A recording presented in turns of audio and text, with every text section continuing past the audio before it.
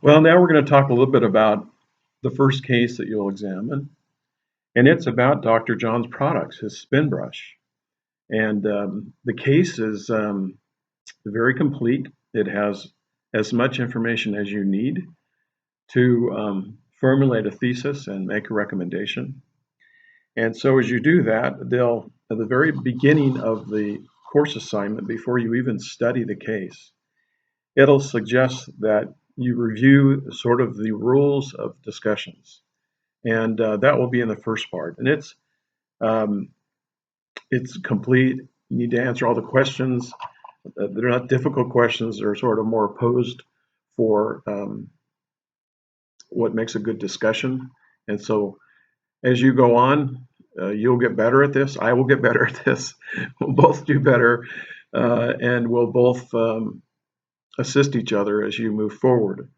So some of these assignments, as you review these cases, especially this particular one, is you'll need to start at some point, have a discussion about it with your groups. There are 4 groups of 10 people each, and you'll be in one of those, obviously. And then you'll talk about and write about in the very first assignment what you've learned to date. So what you know, what you don't know, what you need to know. You should probably build on previous points that you've obtained. You should write as concisely as you can and specifically as you can. In the case of discussing it with your group mates, make sure you direct your comments to them, not make them general in nature, but be specific. If you need to, you need to articulate your comments and so that they understand the basis whereby you are making this recommendation. And make sure as you do that to state your assumptions. And it's always good to be clear with everyone what your assumptions are. If they're unwritten, it's even more important. So if they're discovered in the case, then of course they will have access to that as well. But state your assumptions and then give evidence, of course, to support your claims. And then make sure you participate completely in the discussion. That will help your group think through all the variations and alternatives and permutations and commutations to a particular case that you're studying.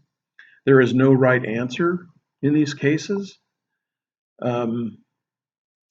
Dr. John Oster actually went forward and made a decision. And if you want to do research on his decision and what that meant, it's out there on the internet. He made a very good decision, but he based it upon the kinds of things that we're doing as we review this. The second part of your assignment, you're going to need to do some writing. And now this writing will be, and I should say the preparation also is graded. I think it's 10 points. Yeah, it's 10 points. And so when you start to do your writing, there is a page in the prep for this course called the Study Guide for Case Analysis. And I recommend you spend time in that. You discuss it as a group. And then and then you write your case in terms of the first things that you do as an individual.